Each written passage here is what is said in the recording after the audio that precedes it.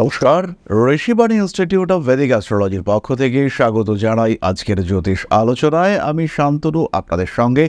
আলোচ্য বিষয় বিশুদ্ধ জ্যোতিষ। আমরা আলোচনা করব ধনু রাশির বিষয়ে। ধনু কালপুরুষের নবম রাশি, অত্যন্ত স্ট্রং। দেবগুরু বৃহস্পতির দ্বারা প্রভাবিত এই রাশি আত্মবিশ্বাসে ভরপুর, নিজেকে নিয়ন্ত্রণ করতে পারেন, প্রচুর নলেজ, বিভিন্ন বিষয়ে নলেজ, তার সঙ্গে সঙ্গে ক্রিয়েটিভিটি, অগ্নিতত্ত্বের তেজ, জেদ, সমস্ত কিছু নিয়ে ধনু কিন্তু আলাদাই।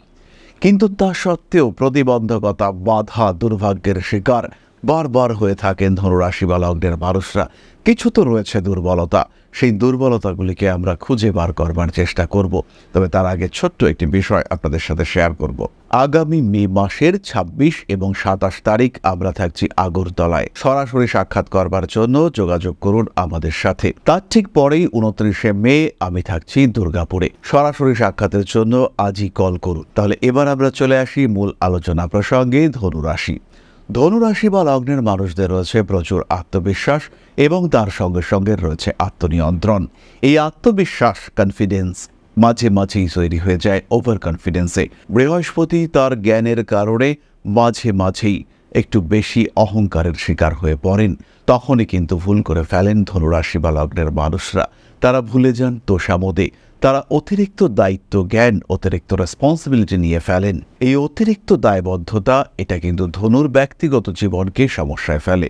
ফলে যে সিদ্ধান্ত নেওয়া দরকার, যে কাজটি করা দরকার, যেভাবে নিজেকে গোছানো দরকার, সেটা করতে ধনু কিন্তু বাধাপ্রাপ্ত হয়ে থাকেন। সেই ক্ষেত্রে কিছু সমস্যা, কিছু বাধা, কিছু অশান্তি, কিছু বিরক্তি ধনুকে গ্রাস করে। ধনু কিন্তু নিজেকে সঠিক জায়গায় নিয়ে যেতে বাধাপ্রাপ্ত হয়ে থাকেন। পরবর্তী বিষয়টি হলো ধনুরাশি বা লগ্নের মানুষদের জন্য শুক্র হলো ষষ্ঠ এবং একাদশপতি। পরিশ্রম এবং সাকসেস এই দুটি বিষয়কেই কন্ট্রোল করে শুক্র। এই শুক্র নির্দেশ করে পারফেকশন। তাই ধনুরাশি বা লগ্নের মানুষরা যদি নিজের পছন্দসই কর্ম না পান, যদি নিজের পছন্দসই কর্মে সফল হতে না পারেন, তাহলে কিন্তু তারা মানসিক দিক থেকে ডিস্টার্ব হয়ে পড়েন। পেশা সিলেকশনের ক্ষেত্রে ধনু কিন্তু ভীষণ চুজি। এর কারণে ধনু কিন্তু যে কোনো কাজে সফল হতে পারেন না। ধনু যে কোনো কাজে মনোনিবেশ করতেই পারেন না। এই মনোনিবেশ করতে না পারা, এর কারণে কিন্তু ধনু ব্যর্থ হয়ে থাকেন। ধনুর জীবনে সমস্যা আসে, ধনু অস্থির হয়ে পড়েন, ধনু সেখানে কাজ, প্রফেশন কন্টিনিউ করতে পারেন না। ধনুরাশি বা লগ্নের মানুষ যে কোনো কাজ তাদের জন্য নয়, এটা তারা বিলিভ করেন মনে প্রাণে। সুতরাং ধনুরাশি বা লগ্নের মানুষদের এই সঠিক কর্ম চয়নের ক্ষেত্রে সমস্যা, এটা কিন্তু তাদের অন্যতম দুর্বলতা। এবং সঠিক কর্ম না পেলে তারা কিন্তু নিজের জীবনের সঠিক ক্ষেত্রে পৌঁছতে সক্ষম হন না। পরবর্তী বিষয়টি আমরা দেখতে পাই সপ্তম এবং দশম ভাব থেকে। সেটিও কর্ম এবং রিলেশনশিপ রিলেটেড। ধনু গুরু গম্ভীর, বৃহস্পতি দ্বারা নিয়ন্ত্রিত, কিন্তু তার যারা পার্টনার হয়ে থাকেন, তার সঙ্গে যারা অ্যাটাচড হয়ে থাকেন, তারা কিন্তু গুরুগম্ভীর নয়, তারা বুধ নির্দেশিত। ধনুর কলিগ, ধনুর পার্টনার, ধনুর স্ত্রী, স্বামী, এদের মধ্যে কিন্তু একটা শিশু সুলভ বিহেভিয়ার দেখতে পাওয়া যায়। সুতরাং ধনুরাশি বা লগ্নের মানুষরা তাদের পার্টনার, তাদের অ্যাসোসিয়েটেড পিপল, এদেরকে নিয়েও কিন্তু বারবার সমস্যার মধ্যে পড়েন। তাদেরকে অ্যাকসেপ্ট করে নিজের উদ্দেশ্য, নিজের কার্য, এটাকে সিদ্ধ করবার ক্ষেত্রেই সমস্যা দেখতে পাওয়া যায়। এই সময় ধনু যেটা চেষ্টা করেন সেটা হলো টোটালি সেলফ ইন্ডিপেন্ডেন্ট হওয়ার, অর্থাৎ সম্পূর্ণ আত্মনির্ভরশীল হয়ে নিজের সমস্ত কাজকর্মকে নিজে সম্পূর্ণ করবার চেষ্টা এটা ধনু করে থাকেন। কিন্তু সব কাজ তো নিজে কমপ্লিট করা যায় না, সেখানে একটা ল্যাকিং, সেখানে একটা গ্যাপিং সৃষ্টি হয়। তার কারণে ধনু কিন্তু নিজের যে ডিজায়ার্ড সাকসেস, সেটা পাওয়া থেকে অনেকটাই বঞ্চিত হয়ে থাকেন। চতুর্থত ধনুরাশি বা লগ্নের মানুষরা তারা কিন্তু অনেক বেশি সাবধানী। তারা রিস্ক নিতে পছন্দ করেন না।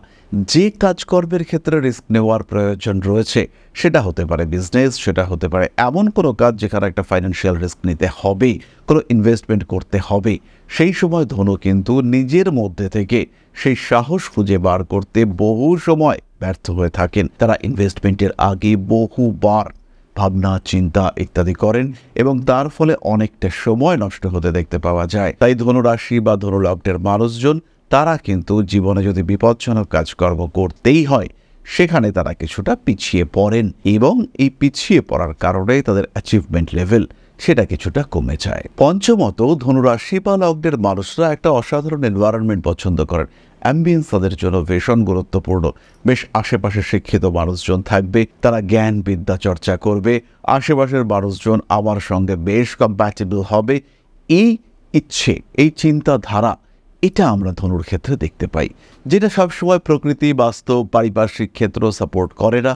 ফলে ধনু কিন্তু মন মরা হয়ে পড়েন। এই আশেপাশের মানুষগুলোকে অ্যাকসেপ্ট করতে না পারলে ধনু ভেতরে ভেতরে ইরিটেট হতে থাকেন, এবং এই ইরিটেশন, এই ডিস্টারবেন্স ধনুর সাকসেসকে পিছিয়ে দেয়। ফলে ধনু সবাইকে যে অ্যাকসেপ্ট করতে পারেন না, সব পরিবেশে নিজেকে অ্যাডপ্ট করতে পারেন না, এটা কিন্তু তার অন্যতম বড় দুর্বলতা।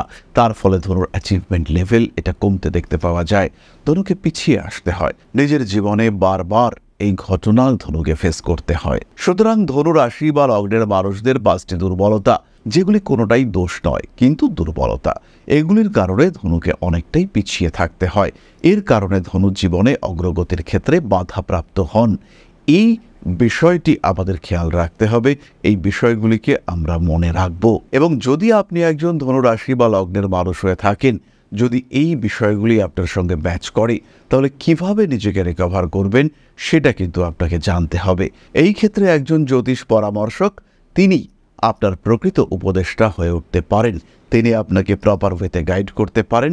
জীবনে সাকসেসফুল হওয়ার ক্ষেত্রে কি করা উচিত আর কি করা উচিত নয় সেটা বুঝতে সাহায্য করতে পারেন। তাই আর দেরি না করে সরাসরি পরামর্শ করুন আপনার জ্যোতিষ বন্ধুর সাথে। চলে এসেছি আমরা আলোচনার শেষ পর্যায়ে। আপনাদের প্রশ্ন, জ্যোতিষের উত্তর, তবে তার আগে ছোট্ট একটি বিষয় শেয়ার করতে চাইব। আশা করি পরম পিতার আশীর্বাদে সবাই খুব ভালো আছেন। জীবনে চলার পথে বিভিন্ন সময় বিভিন্ন ক্ষেত্রে আমরা প্রত্যেকেই কিছু না কিছু জনহিতকর কার্য করে থাকি। রাস্তায় যদি একজন মানুষ এসে আমাদের কাছে সাহায্য চায়, আমরা যতটুকু সম্ভব তাকে সাহায্য করবার চেষ্টা করি। কখনো কিছু অর্থের বিনিময়ে, কখনো তাকে কিছু খাদ্য সামগ্রী কিনে দিয়ে, কখনো গাছের জল দিয়ে, কখনো পাড়ার রাস্তার কুকুরটিকে খেতে দিয়ে আমরা সমাজের উন্নতি করবার চেষ্টা করি। আমরা সমাজের প্রতি আমাদের সামাজিক দায়বদ্ধতা পালন করবার চেষ্টা করি। কারণ প্রত্যেকেই আমরা মানুষ, প্রত্যেকের মধ্যেই রয়েছে মনুষ্যত্ব, প্রত্যেকেই আমরা অপরকে সাহায্য করবার জন্য অল্প বিস্তর দায়বদ্ধ। এই ভাবনা নিয়েই অধ্যাত্ম, সেবা এবং প্রকৃতি পূজনের ব্রতী হয়েছে আমরা। আপনাদের সহযোগিতায় গঠন হয়েছে পরম ব্রহ্ম মিলন মঠ ও সেবাশ্রম। দীর্ঘদিন ধরেই, প্রায় বিগত 3 বছর ধরে বিভিন্ন সময়ে, বিভিন্ন অবস্থায়, বিভিন্ন পরিস্থিতিতে মানুষের পাশে গিয়ে আমরা দাঁড়িয়েছি। মানুষের পাশে যতটা সম্ভব সাহায্য করবার চেষ্টা আমরা করেছি আমাদের ক্ষুদ্র সামর্থ্যে। বারংবার আমরা পেয়েছি আপনাদের সাহচর্য, বারংবার আপনারা বাড়িয়ে দিয়েছেন আপনাদের সহযোগিতার হাত। তাই আরও একবার আপনাদের সামনে আজ আমি আবার এসেছি পরবর্তী কর্মসূচিকে বাস্তবায়িত করবার জন্য। বিগত দিনগুলিতে বিভিন্ন সময়ে আমরা বিভিন্ন ক্ষেত্রে ডোনেশন কর্মসূচি করেছি। আমরা শীতকালে কম্বল বিতরণ করেছি, মোজা চটি বিতরণ করেছি, মশারি বিতরণ করেছি ডেঙ্গুর সময়, করোনার সময় খাদ্য সামগ্রী বিতরণ করেছি আমরা। তার সঙ্গে সঙ্গে ছোট ছোট শিশুদের পড়াশুনো এগিয়ে যাওয়ার জন্য সারা বছরের সমস্ত শিক্ষা উপকরণ আমরা বিতরণ করেছি। তাদের সঙ্গে আমরা সময় কাটিয়েছি এদের শিক্ষার ক্ষেত্রে যাতে ডেভেলপমেন্ট হয়, তাই বেশ কিছু এলাকায় আমরা সম্পূর্ণ বিনামূল্য কোচিং সেন্টার পরিচালনা করছি। এবং বিশেষ বিষয়টি হলো যে প্রত্যেকটি ক্ষেত্রেই আপনারা কিন্তু প্রত্যক্ষ বা পরোক্ষভাবে আমাদের সঙ্গে আছেন। এই কর্মসূচিগুলিকে সঠিকভাবে এগিয়ে নিয়ে যাওয়ার জন্য এবার প্রয়োজন হয়ে পড়েছে একটি পরিকাঠামো, একটি সুগঠিত আশ্রমের, যেখানে বেশ কিছু মানুষ আশ্রয় পাবে, যেখানে বেশ কিছু বৃদ্ধ বৃদ্ধা তাদের দিনগুলিকে আরেকটু খুশির মধ্যে নিয়ে আসতে পারবেন, যেখানে বেশ কিছু অসহায় শিশু তাদের অভিভাবক খুঁজে পাবে, যেখানে বেশ কিছু নিষ্পাপ প্রাণ বিকশিত হওয়ার সুযোগ পাবে, যেখানে বেশ কিছু নিষ্পাপ প্রাণী তারা তাদের আশ্রয় খুঁজে পাবে। এই আশ্রম পরিকল্পনার জন্য, তার পরিকাঠামো নির্মাণের জন্য আমরা একটি জায়গা সিলেক্ট করেছি। সেই জায়গাটি ক্রয় করবার জন্য প্রয়োজন বিপুল অর্থের, যেটি কেবলমাত্র আমাদের প্রচেষ্টায় সংগ্রহ করা অসম্ভব। তাই আপনাদের প্রত্যেকের কাছে ছোট্ট অনুরোধ, প্রত্যেকেই অল্প অল্প করে এগিয়ে আসুন। প্রত্যেকের বিন্দু বিন্দু অনুদানে একদিন সিন্ধু স্বরূপ গড়ে উঠবে পরম ব্রহ্ম মিলন মঠ ও সেবাশ্রম। আমাদের প্রত্যেকের স্বপ্ন সমাজের জন্য কিছু করে যাওয়ার, সমাজকে উন্নততর পর্যায়ে নিয়ে যাওয়ার এই যে প্রচেষ্টা, এই যে ইচ্ছে, এই যে উদ্যম, এই উৎসাহ বাস্তবায়িত হবে আপনাদের সহযোগিতার মাধ্যমে। তাই আপনাদের প্রত্যেকের কাছে স্বনির্বন্ধ অনুরোধ, যতটুকু সম্ভব, যতটুকু সামর্থ্য হতেই পারে, অতি ক্ষুদ্র সেই সামর্থ্য, কিন্তু এসে পাশে দাঁড়ান। ইতিমধ্যেই বহু মানুষ তাদের যথাসম্ভব সাহায্যের হাত আমাদের দিকে বাড়িয়েছেন। আমরা তাদের প্রতি কৃতজ্ঞ। আমাদের আন্তরিক ধন্যবাদ আমরা জানাই তাদের প্রতি, এবং আপনাদের কাছেও আমাদের অনুরোধ, আপনারাও একটু একটু করে এগিয়ে আসুন। সবাই যদি অল্প অল্প করে এগিয়ে আসি, তাহলেই কিন্তু বিরাট কোনো স্বপ্ন বাস্তবায়িত হতে পারবে। সকলেই যদি অল্প অল্প করে এগিয়ে আসি, তাহলেই কিন্তু বিরাট এই মহান কর্ম বাস্তবায়িত হতে পারবে। একদিন আমার আপনার প্রত্যেকের স্বপ্ন পরম ব্রহ্ম বেলন মঠ ও সেবাশ্রম আধ্যাত্ম সেবা এবং প্রকৃতি পূজনের এই মহান দায়িত্ব নিয়ে এগিয়ে আসতে পারবে, একটি জায়গা তৈরি করতে সক্ষম হবে। সবাইকে জানাই অগ্রিম ধন্যবাদ এবং শুভেচ্ছা। সবাই খুব ভালো থাকবেন। নমস্কার। প্রশ্ন করেছেন Dipankar Majumdar, date of birth 14/7/1970, 10:25 AM, Ranaghat, Nadia. আগামী দিন কেমন যাবে? দীপঙ্কর বাবু, আপনার কন্যা লগ্ন এবং তুলা রাশি, ফাইন্যান্সিয়াল দিক থেকে কিছুটা স্ট্রেস কাজ করা উচিত। রাহুর উপর রাহুর মুভমেন্ট করতে চলেছে। মেষ রাশিতে শনি অবস্থিত। ঠিক 2.5 বছর পরে শনির ওপর শনির মুভমেন্ট ঘটবে। শারীরিক দিক থেকে একটু সাবধানতা অবলম্বন করা অবশ্যই দরকার। আমরা চলে আসব বিংশোত্তরী দশায়। এই মুহূর্তে আপনার শুক্রের দশা শুরু হয়েছে। কন্যা লগ্নের জন্য এটা শুভ দশা। এটা কন্টিনিউ করবে 2042 সাল পর্যন্ত। নিজেকে আরেকটু সময় দিন, নিজেকে নিয়ে আরেকটু ভাবনা চিন্তা করে 100% অ্যাচিভমেন্টের চেষ্টা করুন। সেই ক্ষেত্রে আপনার জীবন কিন্তু অনেক অনেক ভালো হয়ে উঠবে এবং অনেক ভালো থাকতে পারবেন আপনি। বর্তমান দশা আপনার জন্য অত্যন্ত পজিটিভ। এই সময় একটু শরীর স্বাস্থ্যের দিকে খেয়াল রাখুন এবং প্রত্যেকটি ডিসিশন একটু ভাবনা চিন্তা করে নেওয়া অবশ্যই উচিত। তাহলে আজকের আলোচনা আমরা আর দীর্ঘায়িত করব না। সবাই সুস্থ থাকুন, ভালো থাকুন।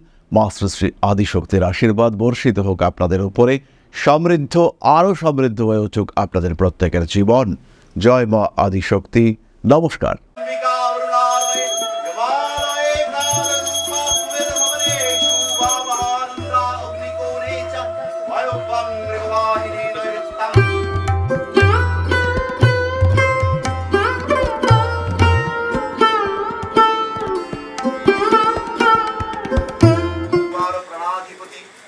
दक्षिणा कालिका परिषदाय स्वाहा।